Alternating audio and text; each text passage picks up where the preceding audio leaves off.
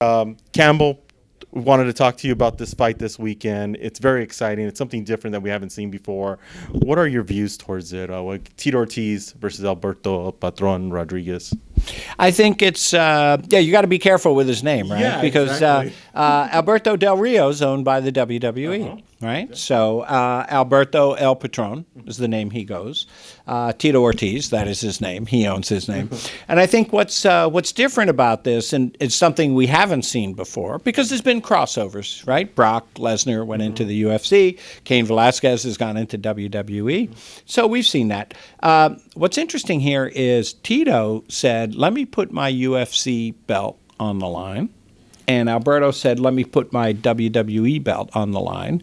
And whoever wins gets both belts. Awesome.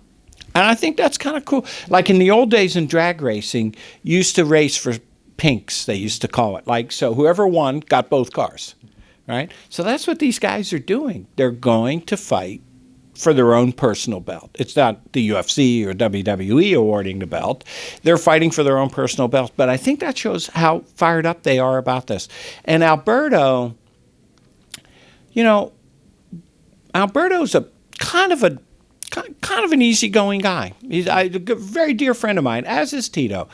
But Alberto got really annoyed, really pissed off when Tito kept saying, you don't do real fighting. Wrestling's not real fighting. And as Alberto says, gravity's real. Yeah, where on the planet does gravity not have an effect, right? So when a 280-pound guy jumps off the top rope onto you, that hurts, by the way. So you have to be a tremendous athlete to be in professional wrestling. You have to have real toughness. Ken Shamrock's here today doing part of a show we're working on with Access, and he's done WWE and he's done UFC, and he talked about how physically grueling the WWE was, and maybe harder than how the UFC was. So I think Alberto's kind of annoyed, and I think that there's kind of this pecking order in combat sports where the boxing guys are up here. The sweet science, the purity of the sport, technical, boring, technically boring, okay? Floyd Mayweather. I did a show with you on BET. You're a superstar, you're great. But the fight of the century, I went to see you fight Pacquiao, $4,000 a ticket. I bought 2 seats. I want my fucking money back. It wasn't the fight of the century. I'm sorry. All right, so the sweet science, technical side of things, purists of boxing looking down. Then there's the MMA guys, and they've all got a chip on their shoulder because they know the boxing guys look down on them, the technical side, all that kind of crap. So then the MMA guys look down on the wrestling guys, not understanding that when I started the UFC, I pulled Ken Shamrock, right? Dan Severn, Mark Coleman, Mark Kerr. These were wrestlers, right? UFC was built on the strong shoulders of wrestlers, right? And I think that's important to remember, and I think that's important for Alberto, because he wants to go in there, and he wants to show everybody, WWE, you got to be a tough guy. They just don't pick lightweights. They don't pick someone walking in off the street. He's a tremendous athlete, and he's got something to prove. Yeah, man. I remember seeing Alberto at the last Combate event that they had here at USC. And we had talked, and he was like really excited about trying to enter back into the ring because he doesn't have as much experience as Tito does, but he has been in an MMA ring. So he does know what to expect. And what do you see with that experience and translating that? Because at least having a little bit of knowledge into what he's going into. Well, he's had 7 MMA fights. He fought in Pride, which is a legendary organization. MMA fans all know about Pride. Pride never die. Pride was the only thing almost as cool as the original UFC. Almost. Not as cool, but almost. And I think what he has is tremendous experience. He fought a guy named Mirko Cro Cop, who was probably the best fighter in the world that never fought in the UFC. And he was a headhunter. He kicked people unconscious. Now, he kicked Alberto unconscious. But I'll tell you, I think Alberto's takeaway from that is, I fought the toughest guy in the world in his prime. I'm not scared of anyone. And I think that's the takeaway. What Alberto's going to have to do here, he's going to have to survive the first round. If he gets through this first round, then I think the fight is really up for grabs. Tito's going to want to come out. Tito's going to charge. He's going to be a bull. He's going to look for a takedown, and he's going to look to drop bombs on Alberto. That's what he's going to do. That's what Tito does, right? Rain elbows, fists, pound, hammer pound, get on top, force him down, try to get him to turn his back and go for a choke. That's what Tito does. And like, it's not just a strategy. That's like going, what a tank does is roll you the fuck over. Now, you may know a tank is going to do that. That doesn't mean you can stop the tank from doing it. Knowing Tito's going to do it doesn't mean you'll be successful in stopping him. But that's what Tito's going to do.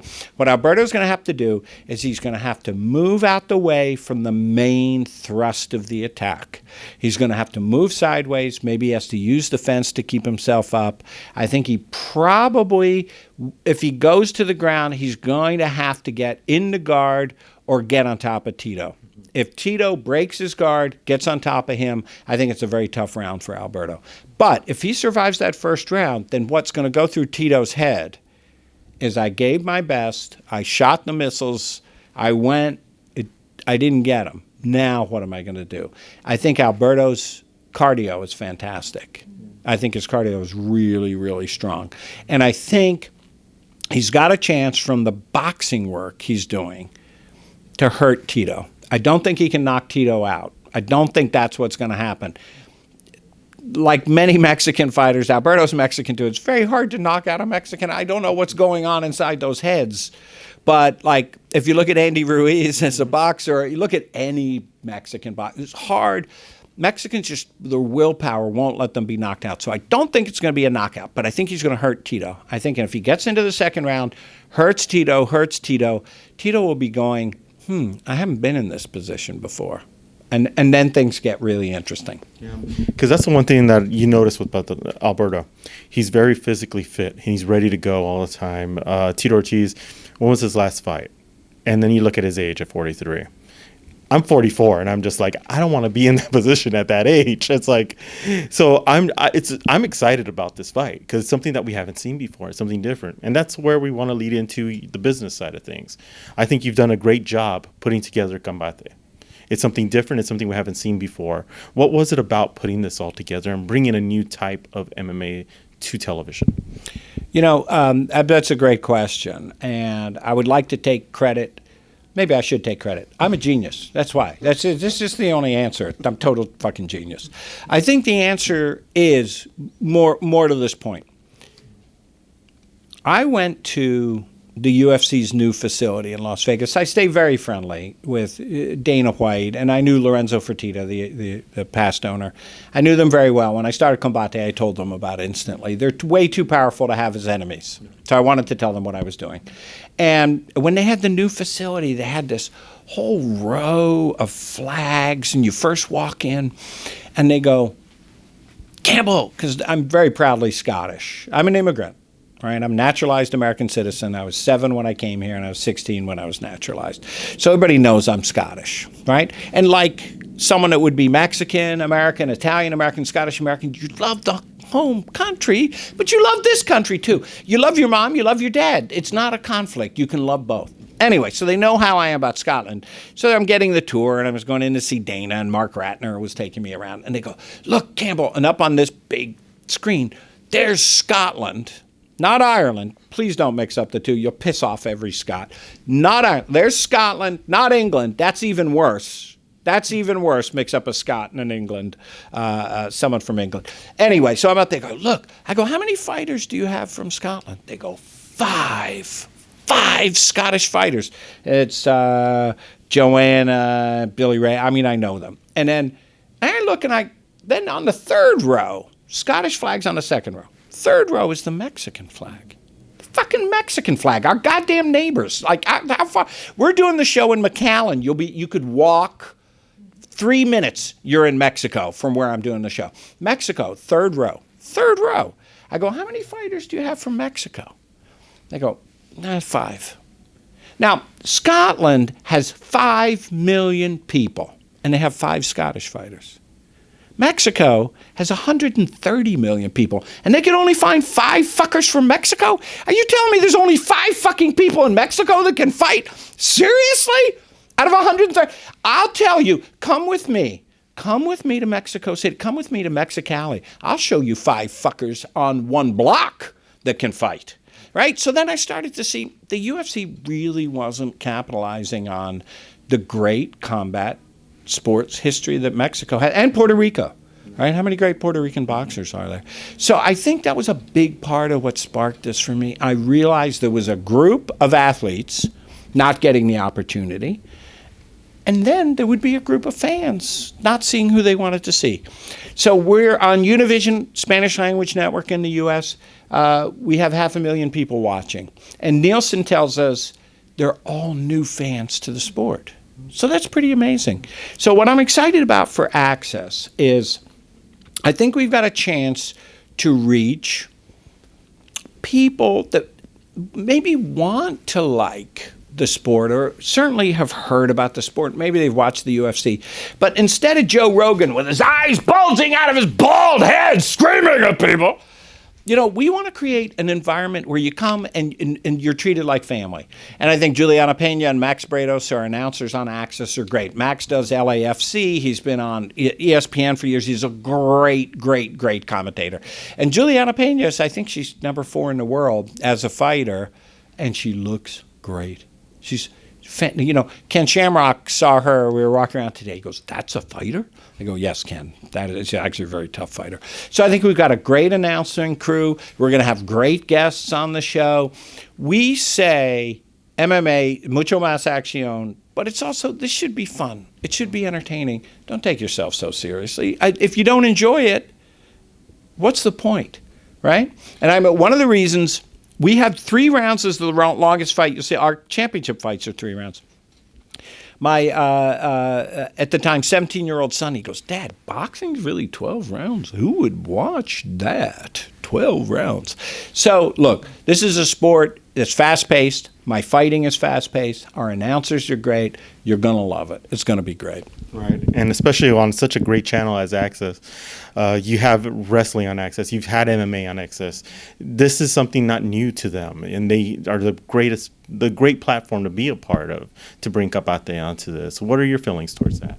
Well, it is great to be on Access for those reasons. You know, I love to do something with impact. I like being on a channel that's got the history where, you know, they've got authentic chops in the sport I helped create. So it's great to be here. Studio's fantastic. We're in the middle of LA. It's LA Live outside. Oh, look, this is going to sound a little harsh. Sometimes when I go to towns like Stockton or Mexicali, it's kind of hard to get celebrities and famous people to come to Stockton. No offense, Nate and Nick. But Stockton is kind of tough. Having this studio here means folks can drop in, sit in on the fights, have fun. I think we're going to see a list of, you know, famous musicians, athletes from other sports, other famous fighters. It's going to be great to do it here. If you don't know LA Live, it really is one of the cooler parts of Los Angeles. It's really super. And our studios are right in the middle. It's always great when you have Staples Center right across the street. And if we have a fight there, you could just run back and forth and get that work done. But you've done some amazing work. You really transcended the sport in MMA and what we're looking forward to. We're excited about this weekend's fight. I think it's going to be a great fight. It's going to be something that's going to get a lot of people, even more people who haven't been interested in MMA, The one last question I wanted to ask you about was the fact of with boxing, as we've seen, there's been a lot of controversy, especially with the last fight. What's really cool, and I think what's going to pull a lot of boxing fans to MMA, is the fact that you don't have that controversy in MMA. Like, you don't have a judgment before you go in. You know you're going to get a good fight. You know that you don't know who's going to win. It could be a toss-up any which way. What are your views towards that, from boxing to MMA and what we've seen so far in the last month or two? Well, this is the first thing you said I disagree with. Mm-hmm. You said controversy from the last fight. Controversy from almost every fight. I mean, boxing, regardless of what you think of boxing, the business of boxing is very different than the business of MMA. MMA is about making the best fights and challenging the fighters, not protecting them. Floyd Mayweather put together a record of 50-0. You just can't do that in MMA. You just can't. But then again, MMA is more forgiving of losses. So I think it allows us to do matchups. Thunder Rosa, made her debut for us. Great woman wrestler, great athlete, great personality. It didn't go her way, but everybody wants her back. So I think that's something MMA has. And I think the politics of MMA are different because, after all my fighters are under one banner, right? In the UFC, all the fighters are under the UFC banner. So the problem with boxing is one promoter has one guy and another promoter has the other guy, and trying to put that together just is nearly impossible. But I say to my fighters, don't leave it to the judges. Right? Because even if it's not controversial, a judge may see a different fight than you and I see. Right? Depends where you're sitting. Depends what your bias are. If you leave it to the judges, you may lose a fight that you think you won. So don't leave it to the judges. And 81% of the time in Combate Americas, it doesn't go to the judges. The fights are finished. And that's what we love, is that the fights are finished. We got a definitive winner. We're not questioning or talking about it afterwards. We got a definitive winner. Awesome work. I'm so excited about this fight. Like I mentioned on Saturday, I'm not going to say who I'm pulling for, but it's mostly Tito Ortiz because I'm a big fan of Tito Ortiz. But this is a tough one, right? Exactly. I mean, my whole company is torn. We've known Alberto. He's worked with us for almost 3 years now. So everybody loves Alberto. But as we work with Tito in this last, 3, 4, 5 months, everyone has come to really respect him. He's hardworking. He does everything he says. He shows up. He promotes. He works out. This is a tough one. And one of the things Tito said to me at the beginning, he goes, Campbell, I don't want people of Mexican background to hate me from this. Don't make people hate me. And I said, I'm not going to do it. We know he's a Trump supporter, right? Which doesn't play with everyone. But the thing is, he's a good guy. Alberto's a good guy. They're not going to be good guys, though. This is going to be, I think it's going to be an ugly fight, guys. I think this is going to be brutal. I think both these guys are going to leave it all in La Jaula. So that's that. But it's tough to say. This is a tough one, But I tell you, as a promoter, I'm looking forward to the next fight. Exactly. And that's the way it should always be. What's next? Thank you so much for stopping with us. We really appreciate it. Boom.